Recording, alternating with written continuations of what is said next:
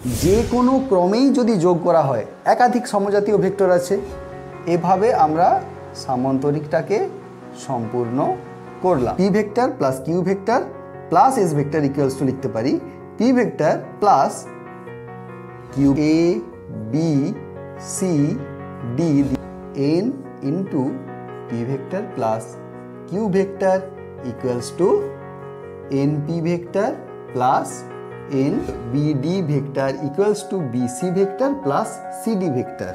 Hello students, কেমন আছো সবাই? একটা নতুন ক্লাস নিয়ে উপস্থিত তোমাদের হিরক স্যার, আর তোমরা আছো এখন HM ক্লাসরুমে। তো এর আগের ক্লাসগুলোতে আমরা আলোচনা করেছি। আজকে দেখো স্কেলার ও ভেক্টরের আজকে 6 নম্বর ক্লাস, অর্থাৎ এর আগে কিন্তু স্কেলার ভেক্টর চ্যাপ্টারের আমাদের 5টা ক্লাস অলরেডি হয়ে গেছে। তো যারা নতুন আছো চ্যানেলে, তারা চ্যানেলটা সাবস্ক্রাইব করে আগের ক্লাসগুলো দেখে নাও এবং নোটিফিকেশানটা অন করে নাও পরবর্তী ক্লাসগুলো পাওয়ার জন্য। তো দেখো আমরা আগের ক্লাসগুলোতে কি আলোচনা করেছি, ভেক্টর যোগের যে সূত্রগুলো অর্থাৎ ত্রিভুজ সূত্র, triangle law of vector addition, সামান্তরিক সূত্র, parallelogram law of vector addition, এছাড়াও আমরা আরেকটা সূত্র অর্থাৎ পলিগন রুল, বহুভুজ সূত্রও আমরা আলোচনা করেছি। এবার দেখো এই ভেক্টর যোগের সময় কিছু নিয়ম মেনে চলতে হয়। সেই ভেক্টর যোগের সময় যে নিয়মগুলো মেনে চলতে হয়, আজকে আমরা ওই নিয়মগুলো আলোচনা করব। কি কি নিয়ম দেখো, তোমরা দেখতেই পাচ্ছ। কমিউটেটিভ রুল বা বিনিময় নিয়ম, অ্যাসোসিয়েটিভ রুল বা সংযোগ নিয়ম, ডিস্ট্রিবিউটিভ রুল বা বন্টন নিয়ম। তো এই 3টে নিয়ম আজকে আমরা আলোচনা করব। তো আলোচনা করার আগে তোমাদেরকে জানিয়ে দিই, ক্লাসগুলো তোমরা খুব ভালো করে দেখো, ক্লাসগুলো লক্ষ্য করো এবং হ্যাঁ, তোমরা খাতা কলম নিয়ে বসে পড়ো। শুরু হতে চলেছে ক্লাস। কোন ক্লাস? না, রুলস অফ ভেক্টর এডিশন। তো চলো ক্লাস শুরু করা যাক। প্রথম আসছি আমরা কমিউটেটিভ রুল বা বিনিময় নিয়ম। বিনিময় নিয়ম কি বলেছে? না, দুটি ভেক্টর রাশি যোগের ক্ষেত্রে তাদের যদি অবস্থান বিনিময় করা হয়, তাদের যোগফল কিন্তু অপরিবর্তিত থাকে। আচ্ছা, এই যে দুটো ভেক্টর রাশি বলা হয়েছে, এই দুটো ভেক্টর রাশি কেমন রাশি হতে হবে? সমজাতীয় রাশি হতে হবে। তো এই সূত্রানুযায়ী বলতে পারি, যদি দুটো সমজাতীয় ভেক্টর রাশি পি এবং কিউ হয়, তাহলে বলা যায় P plus Q equals to Q plus P. অর্থাৎ কি বলতে পারি? P vector plus Q vector equals to Q vector plus P vector. দেখো, অর্থাৎ যে কোনো ক্রমেই যদি যোগ করা হয়, একাধিক সমজাতীয় ভেক্টর আছে, তাদের যে কোনো ক্রমে যোগ করা হচ্ছে, যোগফল কিন্তু সেম থাকবে। এর প্রমাণ কিভাবে করব? দেখো, আমরা ত্রিভুজ সূত্র করেছিলাম। ত্রিভুজ সূত্রতে কি দেখেছিলাম? না, এই ত্রিভুজের ক্রমান্বয়ে গৃহীত দুটি বাহু যদি ভেক্টর দুটিকে মানে ও অভিমুখে প্রকাশ করে, তাহলে বিপরীত ক্রমে গৃহীত তৃতীয় বাহুটা কি না ওই ভেক্টরদ্বয়ের লব্ধিকে প্রকাশ করবে, তাই তো? তাহলে এক্ষেত্রে আমরা লিখতে পারি কি, ত্রিভুজ এ বি সি এর ক্ষেত্রে আর ভেক্টর ইকুয়ালস টু লব্ধি ভেক্টর ইকুয়ালস টু কি না পি প্লাস কিউ। ওকে, তো চলো এবার আমরা এই সামান্তরিকটাকে সম্পূর্ণ করি। আমরা যদি এই সামান্তরিকটাকে সম্পূর্ণ করি, তাহলে লক্ষ্য করো, এভাবে আমরা সামান্তরিকটাকে সম্পূর্ণ করলাম। ধরলাম এটা ডি পয়েন্ট। এই সামান্তরিকটাকে যদি আমরা সম্পূর্ণ করি, তাহলে কি বলতে পারবো? না, BC equals to AD equals to কি, এটা কিউ হলে এটা, তাহলে বিসি যদি কিউ হয়, তাহলে এডি কি হবে? কিউ। আবার এ বি ইকুয়ালস টু কি লিখতে পারি? ডিসি ইকুয়ালস টু পি লিখতে পারি। এবার যদি আমরা ত্রিভুজ এ ডি সি ধরি, ভালো করে লক্ষ্য করো, ত্রিভুজ এ ডি সি এর ক্ষেত্রে কি লিখতে পারি? না, AD vector plus DC vector equals to R vector লব্ধি ভেক্টর, বা লিখতে পারি এসি ভেক্টর। অর্থাৎ কি লিখতে পারছি? আর ইকুয়ালস টু এডি সমান কত দেখো Q, Q plus DC equals to কত পি, পি ভেক্টর। তাহলে একটু ভালো করে লক্ষ্য করো, R equals to P plus Q, আবার আমরা পাচ্ছি R equals to Q plus P. তাহলে এই দুটো থেকে আমরা বলতে পারি P plus Q equals to Q plus P. বোঝা গেল? আমরা প্রমাণ করতে পারলাম যে দুটো সমজাতীয় ভেক্টরের অবস্থান যদি পরিবর্তন হয়ে যায় তাদের যোগফলে কোনো পরিবর্তন হয় না, যোগফলটা অপরিবর্তিত থাকে। তো এটি হলো commutative rule of vector addition. এবার চলো আসছি আমরা নেক্সট অ্যাসোসিয়েটিভ রুল বা সংযোগ নিয়ম। অ্যাসোসিয়েটিভ রুল কি বলেছে দেখো, এর আগের রুলটা আমরা দেখেছিলাম দুটো ভেক্টরের ক্ষেত্রে। এক্ষেত্রে 3 বা ততোধিক ভেক্টর অর্থাৎ 3 বা তার থেকেও যদি বেশি সমজাতীয় ভেক্টর হয় তো তারা যে ক্রমাঙ্কেই থাকুক না কেন, যে অবস্থানেই থাকুক না কেন, তাদের যে ক্রমাঙ্কেই যোগ করা হোক যোগফলের মান কিন্তু অপরিবর্তিত থাকবে। অর্থাৎ আমরা ধরলাম 3টে vector P, P vector, Q vector এবং এস ভেক্টর, 3টে সমজাতীয় ভেক্টর। 3টে সমজাতীয় ভেক্টরের ক্ষেত্রে এই রুলস অনুযায়ী বলা যায়, এই রুল অনুযায়ী বলা যায় যে P plus Q plus S equals to P vector plus Q vector plus S vector. তো কিভাবে হচ্ছে এটা আমরা প্রমাণ করব। কিভাবে প্রমাণ করব দেখো, তাহলে আমরা 3টে সমজাতীয় ভেক্টরকে এভাবে নিয়ে নিলাম P Q S, P Q S হলো। তাহলে আমরা বলতে পারি যদি একে আমরা এ বি সি ডি দিয়ে ডিনোট করি, same A B C D দিয়ে ডিনোট করি, তাহলে দেখো বহুভুজ সূত্র বা পলিগন রুলে কি বলা ছিল না, বিপরীত ক্রমে গৃহীত যে বাহুটি ওই বহুভুজকে বদ্ধ করবে সেটি হবে ওই বহুভুজের লব্ধি। একইভাবে এর ক্ষেত্রেও লব্ধি কি হবে না এ ডি। আচ্ছা চলো প্রথমে লক্ষ্য করি যে এ বি ভেক্টরকে আমরা পি ভেক্টর ধরলাম, বিসি ভেক্টরকে আমরা কিউ ভেক্টর ধরলাম এবং সিডি ভেক্টরকে আমরা এস ভেক্টর ধরলাম। সিমিলারলি এদিকেও আমরা ওই একইভাবে সকল ভেক্টরগুলোকে চিহ্নিত করলাম। এখন আমরা এ থেকে সি এর দিকে আমরা বাহু যোগ করলাম এ টু সি। তাহলে এক্ষেত্রে দেখো আমরা এটা দেখলাম পিকচার 1 আর এটা পিকচার 2। পিকচার 1 এর ক্ষেত্রে একটু লক্ষ্য করো,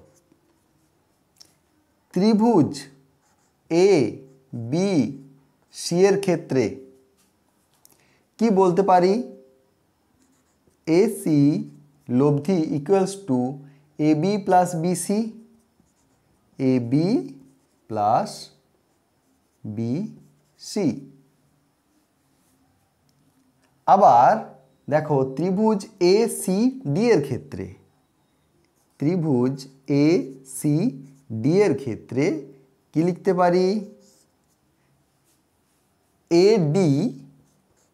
ডি ভালো করে লক্ষ্য করো, A D equals to AC plus CD, AC plus CD.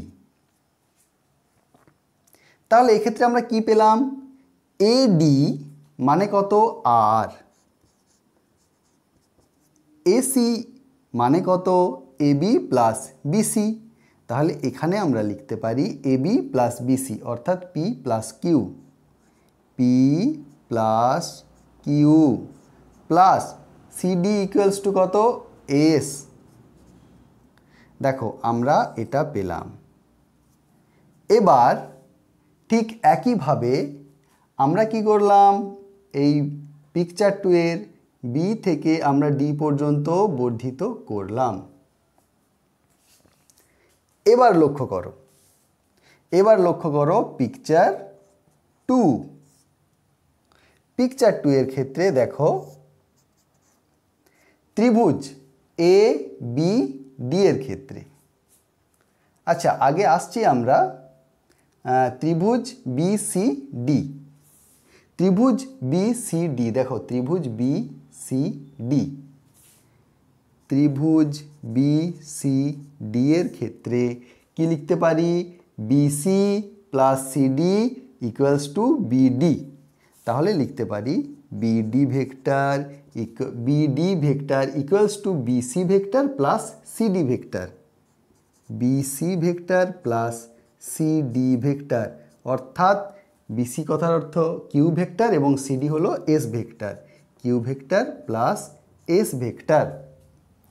এবং দেখো ত্রিভুজ এ বি ডি এর ক্ষেত্রে, ত্রিভুজ এ বি ডি এর ক্ষেত্রে লক্ষ্য করো R vector equals to A B plus BD, অর্থাৎ AD equals to A B plus BD, AD equals to A B plus BD. তাহলে এখান থেকে আমরা লিখতে পারি এডি ইকুয়ালস টু কত? আর ইকুয়ালস টু এবি কত? এবি কত? পি, পি প্লাস বিডি কত? বিডি কত পেয়েছি? Q plus S, Q plus S. দেখো আমরা এই ইকুয়েশনটা পেলাম, এবং এই ইকুয়েশনটা আমরা পেলাম। তাহলে এই 1 নম্বর আর 2 নম্বর ইকুয়েশনটা আমরা দুটো ইকুয়েশন তুলনা করে কি পাই? P plus Q vector plus S vector equals to P vector plus Q vector plus S vector, Q vector plus S vector.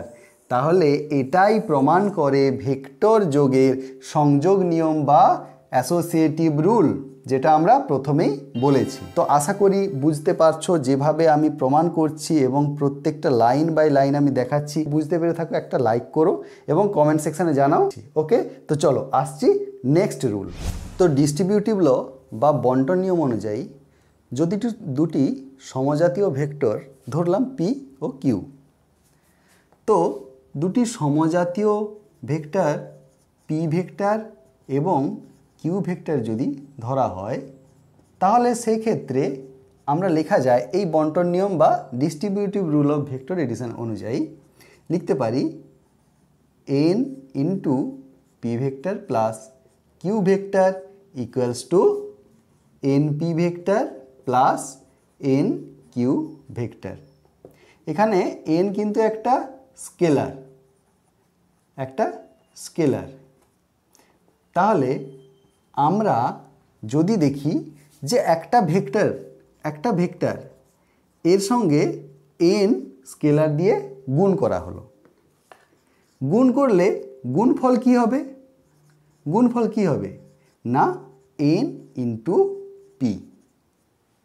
এই মানটা পি এর কত গুণ না এন গুণ, পি এর এন গুণ। তাহলে এইবার দেখা যাক এই এন পি যা পাবো এর অভিমুখ কোন দিকে, তাই তো? এর অভিমুখ কোন দিকে? এর অভিমুখ নির্ভর করছে কার ওপর না এনের ওপর এর অভিমুখ নির্ণয় করছে। যদি এন পজিটিভ হয় তাহলে হবে পি এর দিকে। কখন না এন যদি পজিটিভ হয়। আবার পি এর বিপরীতে হবে কখন না এন যদি নেগেটিভ হয়। তাহলে বোঝা গেল এনপির অভিমুখ কোন দিকে হবে। এবার আমরা একটা ছবি নিলাম, ত্রিভুজ সূত্রে এরকম ছবিটা নিয়েছিলাম। এটা যদি পি ভেক্টর হয়, এটা যদি কিউ ভেক্টর হয়, তবে এই লব্ধি ভেক্টর যদি আমরা আর ধরি এবং লব্ধি ভেক্টর যদি পি ভেক্টরের সঙ্গে থিটা কোণ করে থাকে এবং পি ভেক্টর ও কিউ ভেক্টরের অন্তর্বর্তী কোণ যদি আলফা হয়। তাহলে ধনাত্মক ধরে নিয়েই, এই এনপিকে ধনাত্মক ধরে নিয়েই আমরা কি লিখতে পারি না এনপি ইকুয়ালস টু পি ড্যাস্ট, আচ্ছা এন কিউ ইকুয়ালস টু ধরে নিতে পারি কিউ ড্যাস্ট, ওকে, এবং R vector equals to P vector plus Q vector, P vector plus Q vector. না P dash vector equals to N P, Q dash equals to N Q এবং R vector equals to P vector plus Q vector. দেখো এখানে কিন্তু P vector এবং P dash ভেক্টরের অভিমুখ একই এবং কিউ ভেক্টর এবং কিউ ড্যাস্ট ভেক্টরের অভিমুখ কি হবে না একই। তাহলে তাহলে ত্রিভুজ সূত্রানুযায়ী আমরা কি লিখতে পারি বলো তো? ত্রিভুজ সূত্রানুযায়ী যদি দুটি লব্ধি হয়, পি কিউর ক্ষেত্রে আর এবং পি ড্যাস্ট কিউ ড্যাস্টের ক্ষেত্রে যদি আর ড্যাস্ট হয়, তাহলে ওই লব্ধির মানগুলো আমরা কি পেতে পারি?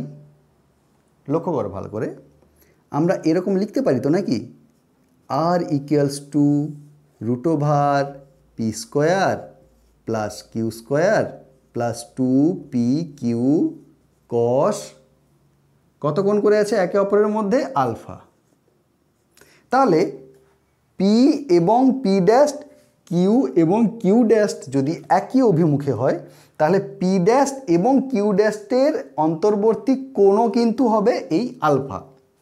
তাহলে সেক্ষেত্রে কি লেখা যাবে না আর ড্যাস্ট ইকুয়ালস টু লিখতে পারি, আর ড্যাস্ট ইকুয়ালস টু লিখতে পারি P dash square plus Q dash square plus 2 P dash Q dash cos alpha. আচ্ছা এক্ষেত্রে দেখো তো আমরা কি লিখতে পারি, পি ড্যাস্টের স্কোয়ার সমান N square P square, N square P square plus Q ড্যাস্টের স্কোয়ার সমান N square Q square, N square Q square plus 2 P এর মান, পি ড্যাস্টের মান এন পি, কিউ ড্যাস্টের মান এন কিউ কস আলফা। আচ্ছা একটু ভালো করে লক্ষ্য করো, এখান থেকে আমি এন স্কোয়ার নিলাম, এখান থেকে এন স্কোয়ার নিলাম, এখান থেকেও এন ইন্টু এন, অর্থাৎ তিনটে টার্ম থেকে আমরা এন স্কোয়ার যদি কমন নিয়ে বাইরে বেরিয়ে যায়, তাহলে কি হবে N into root over P square plus Q square plus 2 P Q cos alpha. তো এটা কত? Root over P square plus Q square plus 2 P Q cos alpha, সেটা হলো আর। তাহলে এক্ষেত্রে আমরা লিখতে পারি R dash equals to N into R, okay, বা একে আমরা লিখতে পারি N into P plus Q. এই সমীকরণকে বা এই ইকুয়েশনকে আমরা 1 নম্বর দিলাম। এছাড়াও যদি আর ভেক্টর পি ভেক্টরের সঙ্গে থিটা কোণ করে থাকে এবং পি ও কিউ এর অন্তর্বর্তী কোণ যদি আলফা হয়, তাহলে সেক্ষেত্রে আমরা লিখতে পারি ট্যান থিটা ইকুয়ালস টু কি না P sine alpha P plus Q cos alpha, Q sine alpha. তাহলে ট্যান থিটা ইকুয়ালস টু কী লিখতে পারি, Q sine alpha by P plus Q cos alpha. কখন তাহলে এই tan theta equals to Q sine alpha by P plus Q cos alpha হচ্ছে না, যখন এই পি ভেক্টর এবং কিউ ভেক্টর এর মধ্যেকার কোণ আলফা।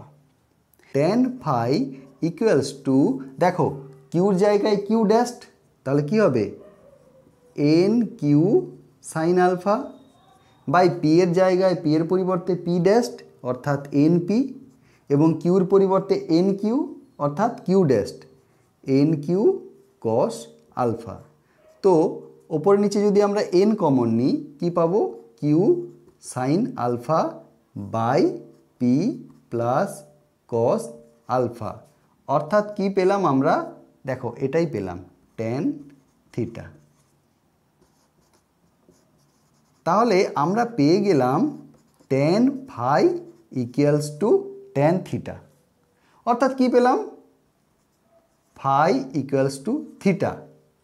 দেখো তাহলে কি পেলাম, যে আর লব্ধির মান, আর লব্ধির দিক এবং আর ড্যাস্টের লব্ধির দিক একই। দুটো যে লব্ধি পাওয়া যাবে আর এবং আর ড্যাস্ট উভয়েরই লব্ধি একই। এখানে আমরা আর ড্যাস্ট লব্ধি ইকুয়ালস টু কী লিখতে পারি, N P plus N Q. তাহলে দেখো যদি আর এবং আর ড্যাস্টের অভিমুখ একই হয় তাহলে আমরা কি লিখতে পারি, লিখতে পারি R equals to N R, R dash equals to N R, और লিখতে পারি N R equals to R dash. অর্থাৎ কি লিখতে পারি, N into R, R equals to কত, দেখো P plus Q, P plus Q, এবং আর ড্যাস্ট সমান কত, দেখো N P plus N Q, N P plus N Q. তো এভাবেই দেখো আমরা যে বন্টন নিয়ম বা ডিস্ট্রিবিউটিভ রুল যেটা বলেছিলাম সেটা কিন্তু আমরা প্রমাণ করতে পেরেছি। তো চলো স্টুডেন্টস, যদি আজকের ক্লাসটা তোমাদের ভালো লেগে থাকে তোমাদের দুজন প্রিয় বন্ধুর সঙ্গে ভিডিওটা শেয়ার করো এবং আসছি পরবর্তী ক্লাস নিয়ে। সবাই সুস্থ থেকো, ভালো থেকো।